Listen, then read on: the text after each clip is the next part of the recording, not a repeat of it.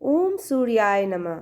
भगवान सूर्य आरोग्य के देवता हैं। उनकी नित्य आराधना से बुद्धि तेजस्वी होती है और अनेक रोगों से हमारी रक्षा होती है।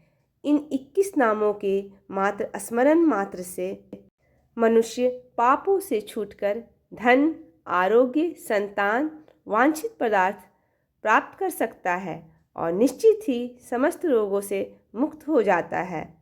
ओम विकर्तनो विवस्वांच मार्तंडो भास्करो रवि लोक प्रकाशक श्रीमान लोक चक्षुर्महेश्वर लोक साक्षी त्रिलोकेश कर्ता हर्ता तमीशः तपंस्तापंश्च वसुचि सप्ता स्ववाहन गभस्तिहस्तोर्ब्रह्मा च सर्वदेव नमस्कृत।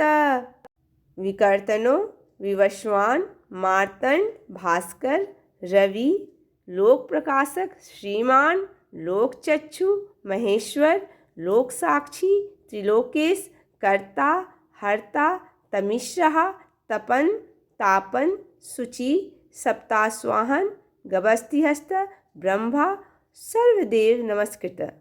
भविष्य पुराण में उल्लेख है, भगवान श्री कृष्ण के पुत्र सांब रानी जाम्बवती के गर्भ से उत्पन्न हुए थे। सांब बलवान होने के साथ साथ अत्यंत रूपवान भी थे। अपने रूप का उन्हें बड़ा अभिमान था। अहंकार किसी भी चीज़ का हो जाए, देर सवेर उसके कारण हमारा अनिष्ट ही होता है, और यही सांब के जीवन में भी हुआ।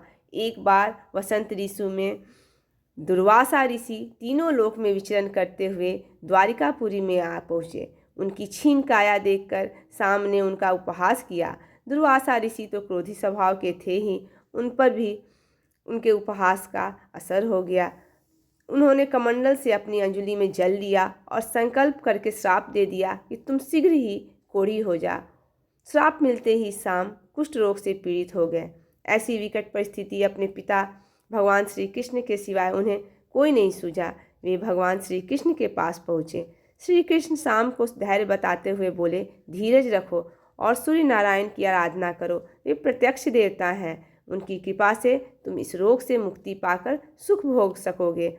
सांब चंद्रभागा नदी के तट पर मित्रवन नामक सूर्य क्षेत्र में सूर्य नारायण की आराधना करने लगे। वे उपवास रखकर प्रतिदिन भगवान सूर्य के 1000 नाम का पाठ करते थे। भगवान सूर्य ने प्रसन्न होकर उन्हें स्वप्न में 21 नाम, जो अभी मैंने पढ़ा है, उसको बताते हुए कहा, प्रिय सांब, तुम्हें सहस्त्र नाम से हमारी स्तुति करने की आवश्यकता नहीं है।